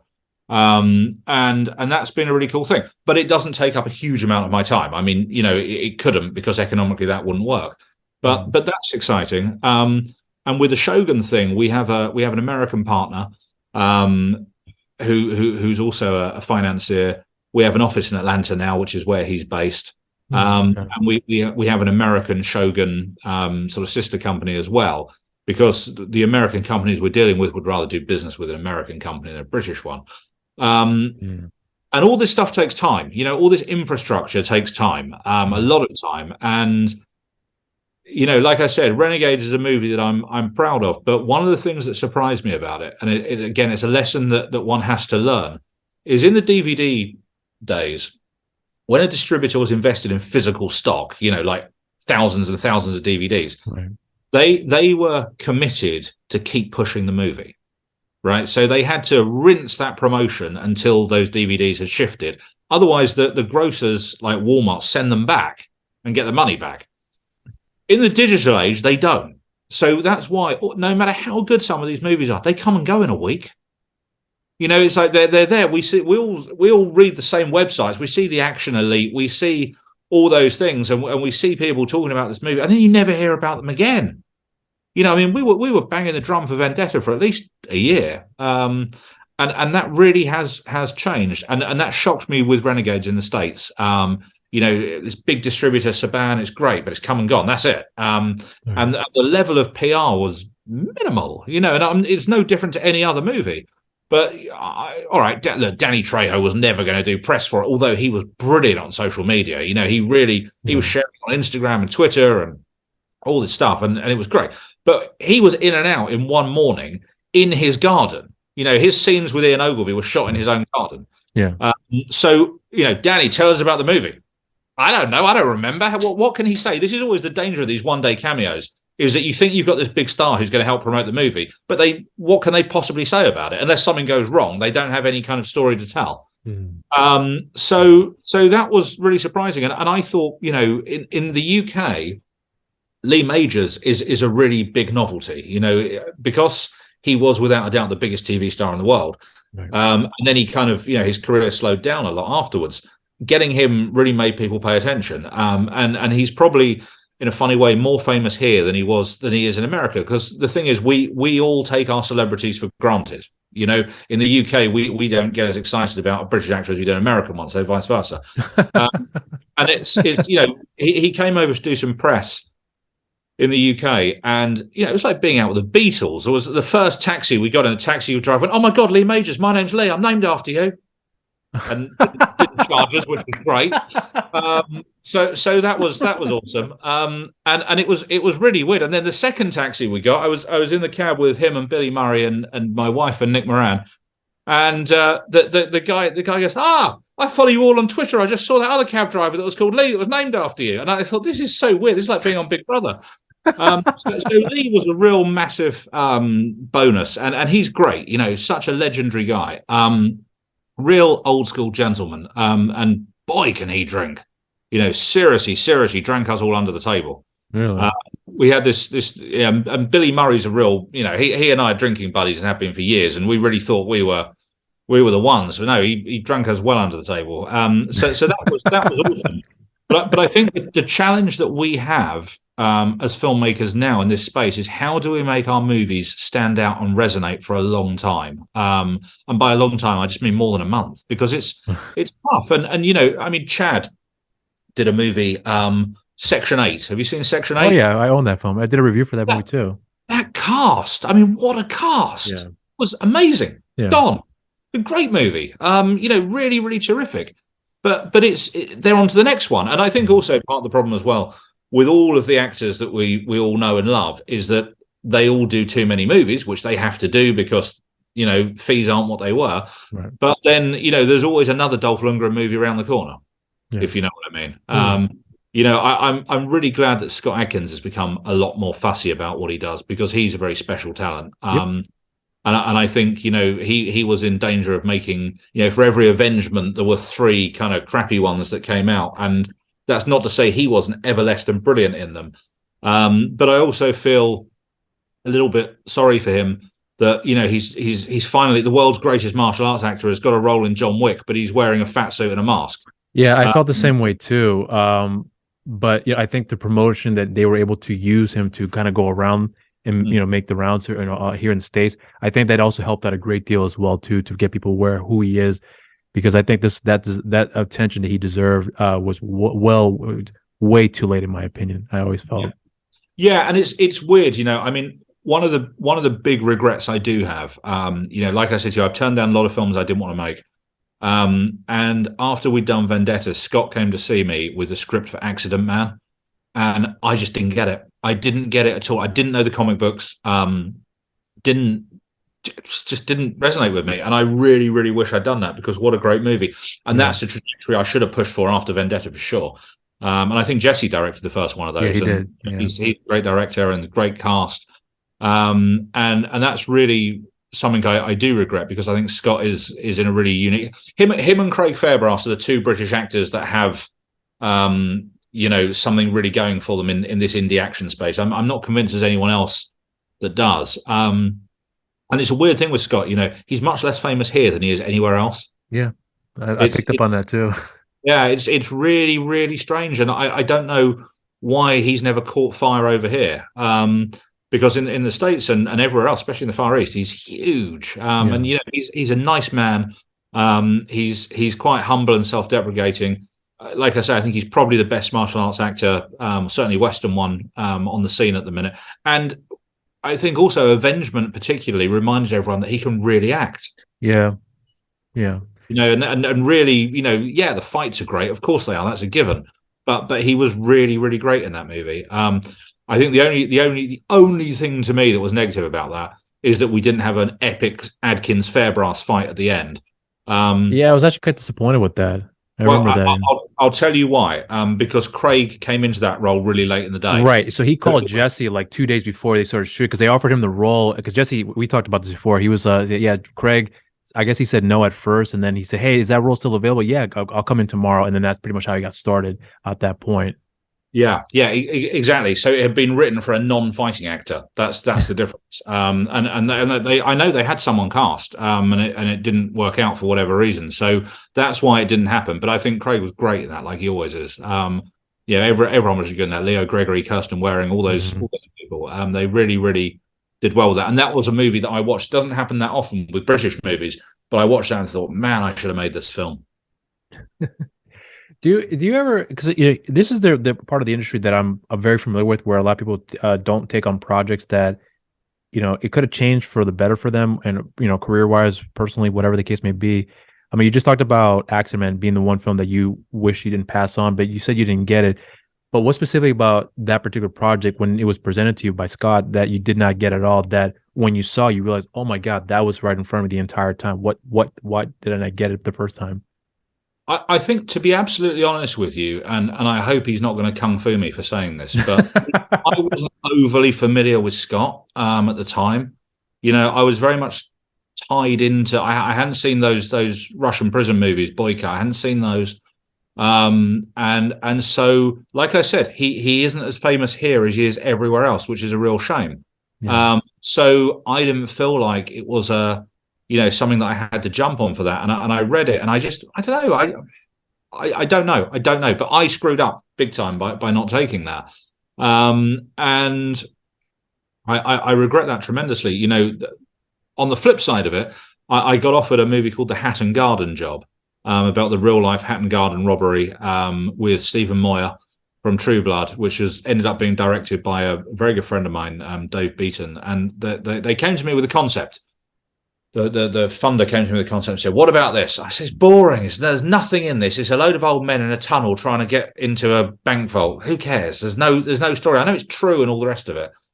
And it was a phenomenal success. Phenomenal. I still think it's boring, so I don't regret not doing that one. Financially, sure. But I, and Dave is a great director, and I love him to bits, but it just boring. And it was exactly what I thought it would be. And the problem is, when you make these movies that are based on true stories, you're kind of confined by them being true stories. So you can't, you can't go, "Oh, there's a UFO, there's a ninja, there's all these cool things that will make it more exciting." No, it's just four guys in a bank vault moaning. So here's what I wanted to shift gears here with you real quickly about something. And I hope it's okay for me to bring this up now, but you briefly brought up before about your son being diabetic, and the reason I'm bringing this up here with you because there's a part of me that was wondering about how you navigate your scheduling. But I think you kind of mentioned before that you pretty much stay at home and you don't really go out much. It sounds like you do when you hang out with your friends, but apart from that, if you're not working, you're at home. With the amount of work that's being presented to you as of now, and then balancing out your family life, in this case with your son as well too. I'm wondering how you manage that now, especially considering your son's health with his diabetes. Me, as you already know, I'm a diabetic as well, but understanding the responsibilities that come with it, that if you're away for a period of time, what are you doing to prepare for, in this case, to have your son in the best condition possible, so that way, there's not a lot of concerns that are going to overtake, the responsibility that's going to overtake your attention from the work that you're doing there. So I'm curious about how you learn to balance that out for yourself, especially considering that your son's health is a main priority for you and your wife at this point. Well, at the end of the day, the burden of the majority of the burden falls on my wife. She is, obsessively knowledgeable about type 1 diabetes. Right. She has made herself into this expert, so that she's always on top of everything for him, and it is always at the top of her mental priority list, for sure. And now every time he scans his blood with his phone, which you understand, for people watching at home, you're probably better at explaining that than I am. But she gets an alert on her phone saying what level his blood sugar is. So she's in a constant state of concern and worry about that. And he's 11. So as well as everything else, he's dealing with puberty and all these things. What helps us tremendously is that my mother-in-law stays with us when we're away. So she's actually, because we're filming in a couple of days, she's here. She was a nurse for many, many years. So she's on top of that. But also, Gabriel is very clued onto it himself. He's had this for a long time, and he manages it himself really well. Between him and my wife, they really do have it sewn up. Half the battle with diabetes is the misconceptions about it, because type 1 diabetes is an autoimmune disease. People go, "Oh, just have less sugar, don't eat as many cakes." They have no clue. It's very strange. And I always say to my wife that what I've discovered through this experience is that diabetes is not a sexy illness, which sounds a terrible thing, but everyone knows everything about cancer. No one knows about diabetes. There is no education. There is nothing. And the amount of people, honestly, that we meet who say, "Oh, he's got diabetes. Yeah, just give him some tablets. You can get a tablet for that." Yeah. And we just, we kind of look at each other and cringe and roll our eyes or whatever. But people don't want to hear it, and I get it. And unless it affects you directly, then you don't. And it is strange that everyone, like I said, everyone knows everything about cancer, because everyone knows someone that's had or got or died from cancer. Right. But in the UK, it seems everyone knows someone with type 2 diabetes, but no one knows anyone with type 1. Right. And that's my wife is very passionate about that. She's run the London Marathon multiple times, raising money for diabetes charities. And it is a real struggle, but he has a great life and he's happy, and that's all that matters. Well, when you are balancing out your work life and your personal life, has it become easier for you? Because I would think that in the beginning, with the amount of work you're doing, you just took on the work and you just kept going with it. But later on in your life, it seems like you have a more your priorities are different when it comes to the type of project you want to work on, the people that you're working with, and then everything else outside of that, your family. So I'm wondering if, for example, like if it's a thing where if you have to be away, let's say you get a project and there's the financing is there and it's a big project, but it's going to take a couple of months out of your time to be away from home. In this case, your wife Jeannie is also have to tag along with you as well too. Let's say she's in the movie. If it ever comes to a point of that sort, do you think that you and your wife would be prepared to understand? Okay, so if we're away for a couple of months at a time and we can't bring our son with us during that period, we can get the backup that we need. In this case, your mother-in-law is going to help out. But let's say if in this case she's not going to be there for the entirety of the production at home, do you think you'll come to a point where you're going to be prepared to understand? Okay, now that the shift in my career has changed, where more time is being taken away from me, are you prepared to make that sacrifice to do so, or is it much more methodical about I'm going to be very careful about sticking with these type of projects so I'm not away from home that much, so I don't have to deal with the stress that would come with being away for a lengthy period of time? Well, I think that the answer to that is very simple, which is that because these movies get made in 2 weeks, right, without exception, and that's the thing. The thing that you have to understand is whether the budget is $250,000 or $1.5 million. What changes in that is the cast, the level of cast. That's it. They're all these movies cost the same. It's just whether you've got big stars in them. So hypothetically, we would find a way around it, And the one thing I can tell you is that his school that he goes to, they seem to have more time on holiday than time at school. So I'm sure we're bringing him with us and that kind of stuff. It's half term again now already. So it wouldn't be a problem, I don't think. Okay. And we're lucky that we have people that my mother-in-law helps. But also, he has 3 older siblings, and they all help and chip in, and it's fine. It's not something that is a concern to us in that way. We've never had a problem with it yet. The only problem that we've had recently for us is that he's had a couple of health issues, and my wife and I have spent hours and hours and hours and hours in the emergency room to get an emergency room in the hospital for him. And the novelty of sitting on hard benches in the local hospital till 4 a.m. is starting to wear off. I'll be honest with you. I'm 43 years old. I feel it a lot more now. Really? But interesting. That is what it is. So yeah, it's not a worry. And thank God he doesn't want to be an actor. What happens if he said he did want to become an actor? Would you be resistant to that, or are you being? I would. I think it's a much tougher career to get into now than it was even when I started. Are you saying that because you're concerned for his health, or just for more or less the stress that comes with the job, considering how the industry has changed? Oh no, nothing to do with his health. I mean, okay. There are type 1 diabetic super athletes, as you know. Right. I mean, I don't think it needs to be that. Obviously, it's harder. Everything is harder than that, but I just think it's such a tough industry. And also, what's changed since Marvel is that people go and see movies based on IP now. They don't go and see them based on stars. And we see that the only stars that draw people into the theaters are Tom Cruise and people of that caliber. And so it's impossible for an actor to become a big draw now, in my view. Netflix doesn't make stars, Amazon doesn't make stars. The Marvel movies don't make stars. It's a whole different business, and that's not to say that every actor has to be a star or even wants to be a star, but it's harder and harder for actors. And now the one thing you can't argue with the writers' strike about is AI, which I find terrifying. I would never ever watch a movie with AI actors in, and I can see it all becoming a real mess in the next 5 years unless the brakes are put on it. Because where's the humanity? We want escapism. But there's a difference between playing a video game and watching a movie, and ultimately a movie is a filmed theatre play, and I don't want to see a theatre play with holograms.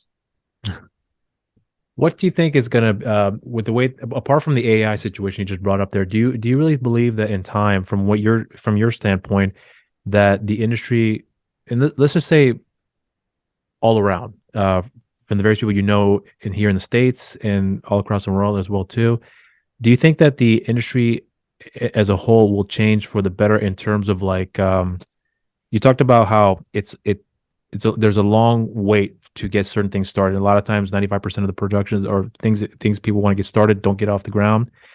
But do you feel like as time goes by that when you first got into the industry, what had changed, what you noticed then and in the years you've gone through all this here, that something has changed where you feel like, okay, this is starting to turn for the better. Still a long process, but I noticed that things will get easier in these particular areas, whereas before they were much more harder. I mean, you talked about the star power. That's not really a thing anymore because IP sell rather than the individual. But I'm curious if you see anything else that you've noticed that from your experience that things will be changing for the better, whether it take time or not, but it's looking to be a better path for everyone in the industry, if you will. I think the only positive I see at the minute, the major positive that's happened, is that because of the sort of collapse of talent-driven theatrical, there is access available to a lot of actors that wouldn't have been pre-pandemic. I mean, I guess it started out when Seagal started doing those low-budget movies in Europe, 15 years ago, whenever that was. Mm-hmm. And people thought, wow, we can sort of, and then Bruce Willis could be bought for however many days for however many $1 million. And that opened the floodgates, and now I think there are very few major stars who aren't open to being bought. The problem is, obviously, of a certain age. I'm not talking about young people, but those guys, who in the 90s could guarantee $100 million box office. They can't get a theatrical movie now, and so that gives us the ability to work with a level of talent that certainly wasn't available 10 years ago. And those guys are, they're keen. They're out there. They're sort of. They're available on social media as well. I've never met Casper Van Diem, but we're friends on Instagram. And that's really cool. And I hope I do get to work with him soon, because what a great actor. But 10 years ago, there was no way to do that. So that's the positive I see is that the talent is more available. What concerns me is what the outlet will be for our films in 10 years' time. And I think what 2020 taught us is that you can't predict. You just got to roll with the punches and make the best movies you can and hope for the best. I know there's an audience out there for this stuff that loves it. In this country, we have a terrible, terrible problem with piracy. People just they download these movies illegally. And it's definitely worse here than it is in a lot of other countries. So that's been a problem as well. I hope there will be new platforms. I think with the rise of AVOD, with things like Tubi, we're at the start of a new streaming wars potentially. I think there's going to be there's going to come a point with Netflix where it keeps becoming more expensive. And all I ever hear anyone in this house say is there's nothing to watch on Netflix. But we have, we have Netflix, we have Amazon, we have Disney Plus. I keep meaning to get Paramount Plus because I want to watch the Stallone show. So which one, the Tulsa King or the reality one? Yeah, no, Tulsa King. And the other one, why not? I mean, it will probably be the only reality show I would ever want to watch in my life. Because I presume, like you, I am a huge. He's my favorite actor of all time. So yes, same. And really? Okay. Absolutely. If you said to me who is the one actor you'd like to work with, him in a heartbeat. Yeah. And I tell you something else, he's a really nice guy as well. Really, really, really nice guy. Oh, so you met him before as well too? Yeah. Okay. At the London premiere of The Expendables. Okay. The first one, right? The first one. And I went with an actor friend of mine who has to remain nameless for this anecdote. But it was an actor who had worked with Stallone some years before. I mean, many years before. I think I know who you're talking about. And he was very reluctant to approach him. So I thought, I'd had a couple of drinks. I fought my way through the entourage. I went up to Stallone and I said, Mr. Stallone, I'm really sorry to bother you, but my friend over there, he was in a movie with you however many years ago. Would you say hello to him? He went, oh, yeah, sure, great. What's he been in recently? And I told him, and he jumped up, he ran over, he went, hey, I loved your new movie, blah, blah, blah. And I thought, what a cool thing to do. So many actors are such assholes. And it really came from a good place, and what a cool guy. Interesting. That's a beautiful story. Well, okay, so let me ask you about one other thing here too. There's an interesting perspective that I'm starting to see for myself when it comes to a lot of filmmakers. When I'm talking about filmmakers, I'm also talking about producers, writers, people that are part of the whole process, where they are bringing in actors that they've grown up watching, that they've admired, and they want to bring them into the full. Hey, I love this movie, and I want you to be in this movie that I'm writing, or whatever the case may be. And sometimes you hear these stories like these actors weren't working for a number of years. Like one of my favorite stories I've heard was when Rob Zombie had casted Sid Haig for, I believe it was House of a Thousand Corpses, And he said that when I came across Sid, he was actually a janitor at this building. You know, he had been working in the film industry for years, so he's working a regular job. I reached out to him and I got a hold of him and found out where he was working. And I told him, I'm a huge fan of you. I want you to be in my movie. And then he ended up, and his career almost pretty much took off once the film was released. And he's been working ever since at that point up until his death. So I'm starting to see a lot more filmmakers that have grown up watching films from a very young age that, like, you know, Quentin Tarantino is the biggest example that he loved Blowout. He wanted to bring John Travolta for Pulp Fiction, and he seen Robert Parks movies from when he was a kid and brought him into his films. And I'm starting to see a lot more of that lately with filmmakers that are bringing actors that they've grown up watching and giving them opportunities to work on their projects. And I'm starting to see more where the kids that were more or less the nerds, if you will, in these various interests that they had, are now more or less taking control of the matters where they're creating these projects now, but bringing people that they love growing up watching here. So, you know, when you talked about working with Lee Majors, you said you were a fan of as well too. You also were a fan of Billy Murray with his work in The Bill, and I'm sure a lot of people remember from EastEnders as well. But getting the opportunity for you to go through that motion for yourself, are you starting to see it in the industry a little bit more of that as well too? Guys like yourself growing up, fans of these gentlemen or actors and actresses, and saying, we want you to come work with us here. You're starting to see a little bit more of that for yourself along the way? Yeah, I mean, you know, especially with Chad and Brandon, we all love the same actors. Right. So we're all, you know, we all want Michael Dudikoff to come and do a movie for us. You know, I tell you, one of my favorite things about Renegades is working with Michael Pare. Because Streets of Fire is one of my absolute favorite movies. It's a good movie. Yeah. And I think he is, to coin a phrase, he was 3 clicks away from being a massive Tom Cruise level star because he had all the attributes.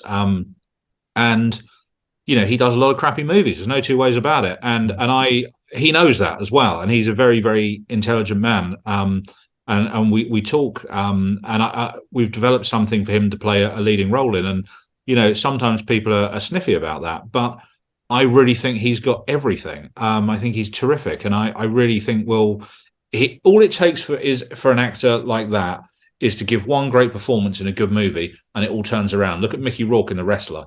You know, it can be done. I'm not saying it's going to be a big theatrical movie like that, but that's all it takes, and then suddenly their fortunes turn around. We are constantly looking, always, for that actor that you're talking about who isn't overexposed in the space. So, you know, when you see the list that distributors and producers and directors all have of the actors who will be right in these movies, it's the same list every time. It's the same names, and you know them all because they're all, and some of them are brilliant, some of them are not so brilliant. But what all the distributors want is someone different, someone who hasn't done one of these movies or more than one. So we're always looking for that sort of bingo name. But the problem is, because Chad and Brandon and I are all such geeks, we always want people from movies that no one's ever heard of. Yeah. That's always the thing we sort of bounce up against. Yeah, that I think that's a massive thing. I mean, I did that going back to We Still Kill the Old Way. Ian Ogilvy was someone I've always really liked. You know, from Witchfinder General or Conquer a Worm, as it's called in the States, and The Saint on TV, and all those movies. And to be honest with you, we'd reached the point with that movie because they were, Anchor Bay were not approving that part. We reached the point where we were so close to filming, I just thought, the hell with it, I'm just going to reach out to him. And I actually reached out to him on Facebook and I said, hey, Ian, I'm a big fan of yours, making a movie in London. You know, what do you think? And he said, yeah, great, I would love to do it. So I sort of went back to them and said, right, I've got Ian Ogilvy, it's over. And they had to shut up and get on with it. But that was great. And it was, you know, it was really, really good. And he lives in Los Angeles now. So we had to fly him over and it was great. And that was actually probably the happiest experience at that time that I had making a movie, because he was such good company and such a great guy. So yeah, one of the great privileges of doing what I do is that it's like you get to reach into the cinematic toy box and play with the toys from when you were a kid. Right. You know, I did a movie with Mark Hamill. It was Airborne, is that right? Airborne, yeah. He's such a great guy, and we went for dinner in a restaurant that's no longer there, and where he used to go for dinner with Alec Guinness when they were making A New Hope. And he was just so cool. And that was a real brilliant thing. As I said earlier, the original Star Wars movies are a massive influence on me. So that was really cool.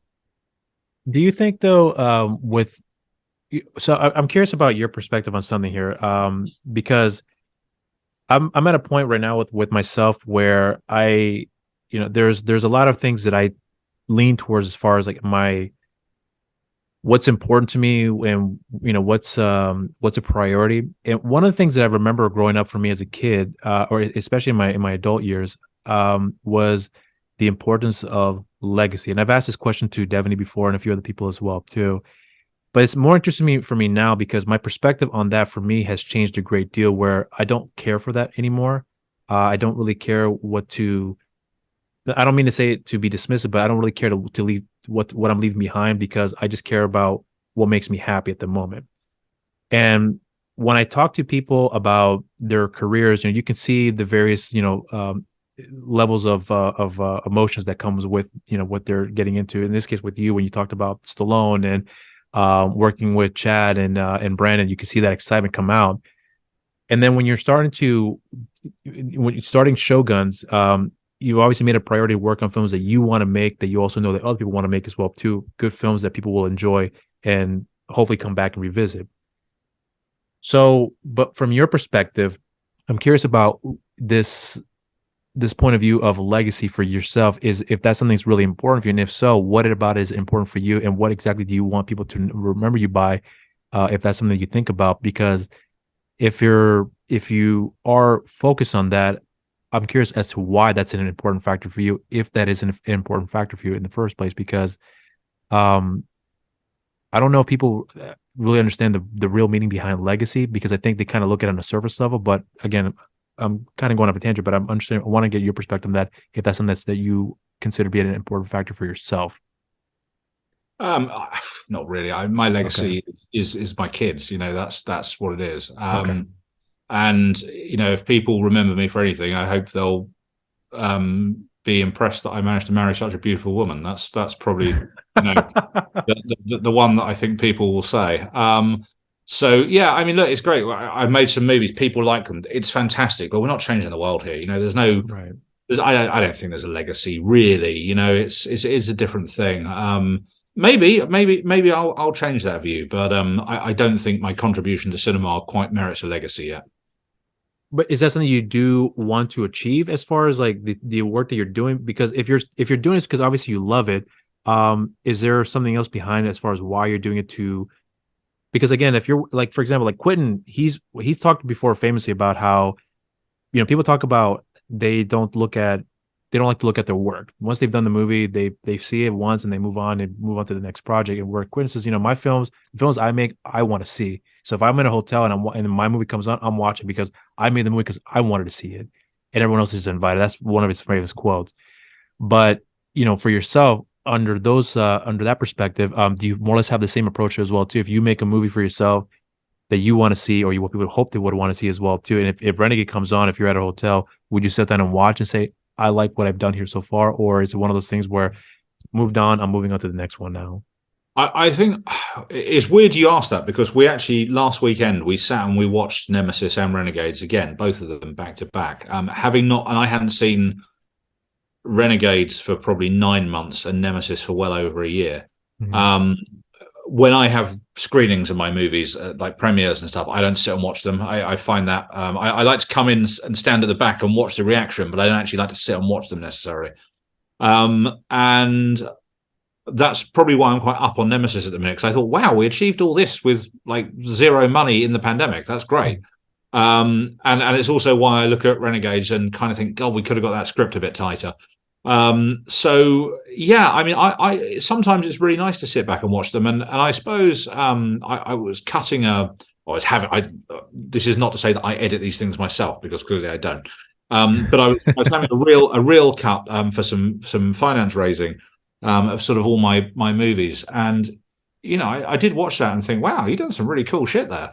Whether or not they're cool for 90 minutes is a different matter, but there's certainly some nice bits in it, and there are lots of things that I'm really proud of. For me, I've never had this ambition. If you came to me and said, "Would you like to make the new Transformers movie?" I'd say no, because that just seems like a massive, massive headache, and the responsibility of $150 million budget is just something that I don't aspire to. But for me, going to the cinema was great as a kid, but renting a VHS was just as good, if not better. Yeah. And we had a local independent VHS shop. My parents would rent something for them and rent something for me every weekend. And I'm talking about the Police Academy, Three Men and a Baby, like all those 80 classics, Mannequin. And also, but I was always reaching for the horror shelf or the action shelf. That was what I always wanted. Yeah. And the thrill of that is something that I still have when we see a good movie now. I'll give you an example of that. Brandon Slagle made a movie called Battle for Saipan. It's a great movie. It's a great movie. What a fucking awesome movie. That's his best film, I think, in my opinion. Totally. But it was great. And the excitement I felt watching that was like the excitement I had renting whatever Charles Bronson movie it was back in the day. And I think if you can make people enjoy 90 minutes of their lives more than they would if they weren't watching your movie, then that's all you can aim for. And that's all I do aim for is kind of cheap entertainment that is made with the right motives, using the best actors we can, and being unashamedly unapologetic about making genre movies and loving genre movies. I love action movies. That's my favorite genre. I love horror. That's my favorite genre too. That's your second favorite too? Horror genre? Yes, mine as well. That's interesting. And guess what? I love action horror as well. Predator's fucking awesome. So, but particularly in the UK, everyone goes, that's all rubbish. You don't want that.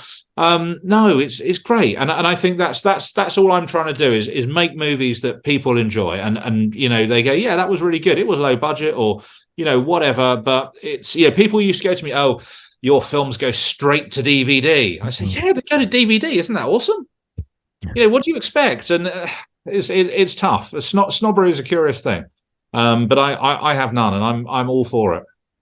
What did you develop for yourself to not carry that kind of attitude that's very prevalent in the UK, where they have this tier system, if you will, where they look down on you for the various things you do? Because you grew up in that environment, I would say, but somehow it didn't seem to be part of your characteristics. So where did you develop that for yourself? I think because I always liked American movies, and also when I was a kid, like 12, 13.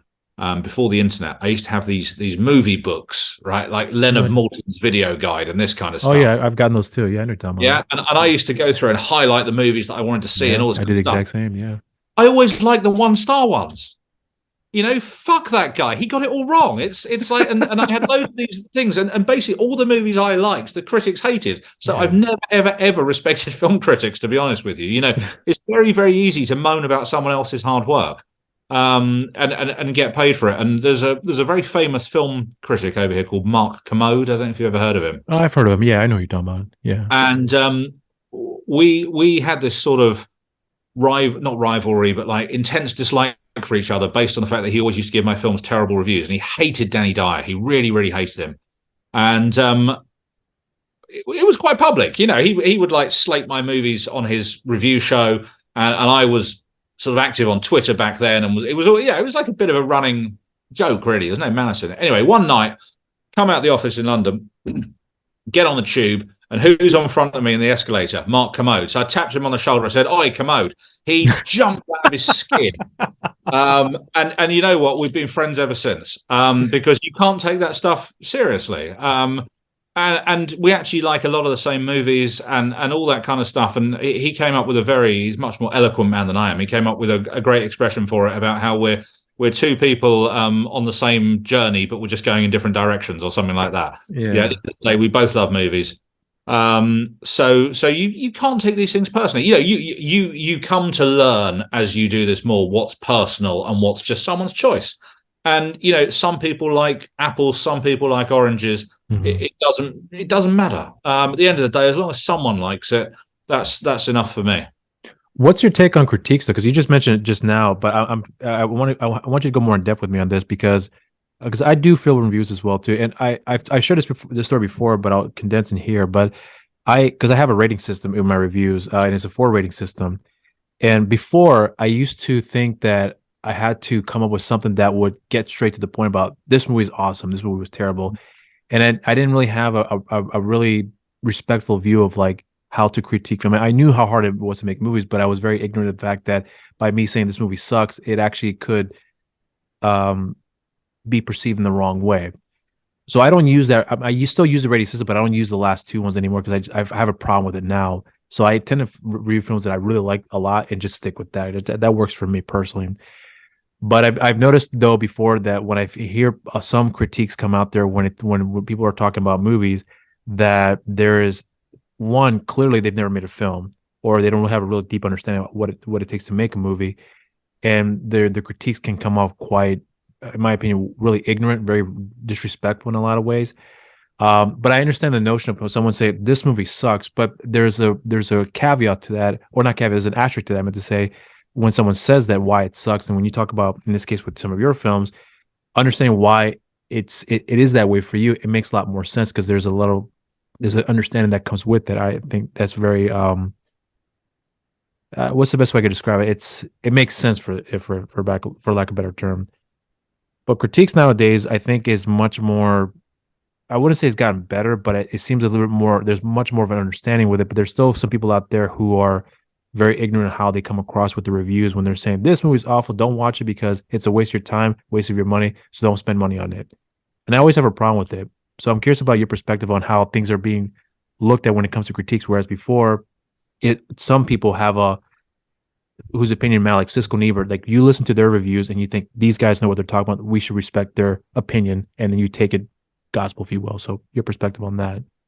I really enjoy reading good film journalism. It's fewer and far between than it was because it's all online now and people don't get paid for it. So it's hard to find quality film journalism. I really enjoy it. I always enjoy reading my reviews. I only believe the good ones, and that's an important factor in how you get on with it.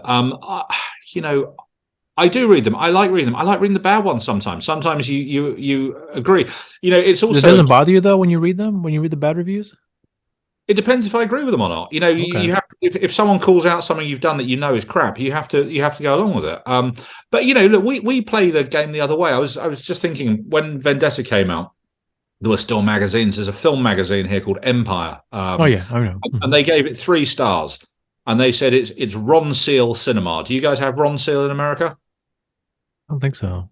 Okay, Ron Seal's like a sticky thing for DIY. But the tagline of Ron Seal is it does what it says on the tin. So if something's Ron Seal cinema, that's what it means. Oh, I see what you're saying. Okay, I understand. Okay. Now they meant that negatively, but on the poster, I put Ron Seal cinema, Empire magazine, and I put it in between Danny Dyer's legs, and I put the 3 stars there. So it looked like it was 5, and he was blocking them out. So we all play the same. We're all playing in the same sandbox. So I don't take it personally. What pisses me off though, and it does piss me off, is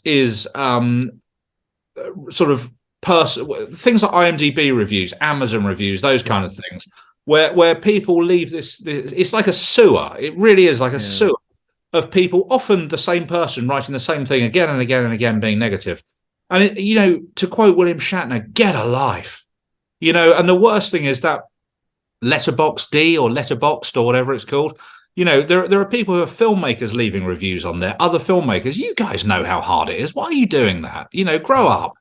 And particularly in this genre, it's all the same.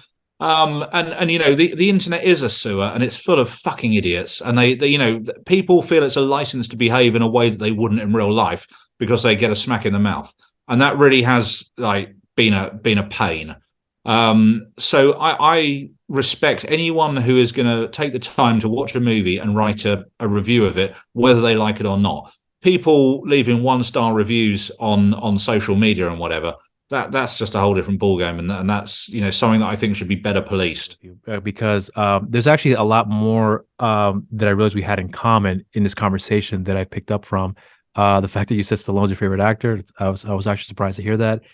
The action genre is your favorite, horror is your second favorite, like myself as well too. And then obviously the other aspects of your life as well too, with your son being diabetic, me being diabetic as well, is there's a lot of things I didn't realize how much we had so much in common here in that respect. But there's also some other things too that I picked up with you along the way that I tend to believe now from listening to you that we see very much in the same we see things in a very similar perspective when it comes to films in general, especially when it comes with critiques as well. Too. I do agree with you 100% on that. But what's interesting for me was because when I started watching your films, I actually started watching your movie. The first one I saw of yours was Nemesis, and then I ended up getting Renegades because I'm a big Louis Mandylor fan. You obviously worked with him before, and of course, love him, great guy. He's become literally one of my favorite actors of all time ever since I saw The Debt Collector, which I thought he was so good in that movie. That film made me a fan of him. Yeah. And then as a result of that, I became fans of other filmmakers as well too, as a result of his work and the various other people that led me to his work as well. But with that being said, though, there was a lot of things that I'm starting to notice that I think I started realizing why I started connecting with your work, because your film senses, if you will, I guess the best way to describe it, I can pick up on them when I'm watching your movies about what you're trying to go for here. And there were some issues that I did pick up on the film that I could see why some things didn't work out. And I'm sure if we talk about it in private, maybe you and I will go more in depth what it is that I picked up that maybe you also had pointed out as well too. But basically, what I'm really excited to see with you is that when I had heard about your reasons for why you wanted to get started with Shogun Films and the approach you want to take on this amount differently whereas you did beforehand, those two things I pointed out at the beginning of the conversation, that's actually something that really caught my attention, that I was really curious to see. Like, obviously things are going to start off in a place where may not be the most ideal, obviously COVID being that major factor for you, but you got the film done, and I understand why you're very proud of that movie, and I would be as well too if I were to be in the same position as yourself. But then as things start to go from there, I'm actually really curious to see how things are going to start to differ from you in terms of the work that you're going to be taking on here, the people that you're working with, in this case with both Brandon and Chad, and then also the various other things that's going to be coming along the way too. You talk about the TV show, the 6-part TV show you're working on as well too. I'm actually quite curious about that because I know you tried to do something like that before a number of years ago. I think didn't get off the ground for you, and now things look like they might be picking up for you as well in that capacity. So I'm actually quite interested in seeing someone that more or less has the same look at things in terms of films in the industry that I'm picking up from you, that I personally have as well too, but be in a position where they actually get to create the work and make the films that they want to make, but understand the harshness that comes with that. Somehow, for me, that's quite interesting for me, that I'm really curious to see how things are going to pick up for you from there, because in a place where you are making movies that it's very subjective, that it's very fickle as well too, it could break people and they would never want to come back to that, but somehow you still stuck with it. And I always respect people that stick with this path that is never easy, and they do it for a number of years, for as long as you have, and the various other people that I've talked as well too, and still stick with, despite the fact the harshness that comes with that. And those are the people I tend to root for, the more or less the underdogs, if you will. So I know there's some things you're working on right now that I'm sure you're not going to be able to reveal here, but in the coming weeks that this episode will be uploaded on the channel, I'm not sure if there's anything you are able to share right now that people can be on the lookout for, that could be expecting to see in the near future, that you are able to share, or hopefully get people to be interested in looking out for, that that we can be expecting from you and as the days come here. The only reason I haven't jumped on about this horror movie we're shooting is that the title keeps changing almost on a daily basis. So I'm pretty sure whatever I tell you it's called, it will have changed by the time even the interview comes out, let alone the movie. But it's all I can say to people is, if you like all these movies that we've talked about and these actors that we've talked about, have a look at Nemesis. In the States, it's free on Tubi. So is Renegades too. Yeah, okay. So is Renegades too. So great, and I think Tubi is Tubi is the closest thing we've got to VHS rental store. Yeah, it's my favorite streamer now. Honestly, I love that place. No, without a doubt. And I hopefully it'll come to the UK eventually. Have a look at them. Appreciate that we did make them on very low budgets, but a lot of love went into them, especially with the cast. And there's a lot to like in both of them. And just keep your eye on Shogun. It's there's a lot of exciting things been happening that I know about behind the scenes that I can't necessarily share in the last year. But there's going to be a pipeline of movies coming. They're not going to change the world, but if you like this kind of stuff, you're going to enjoy them.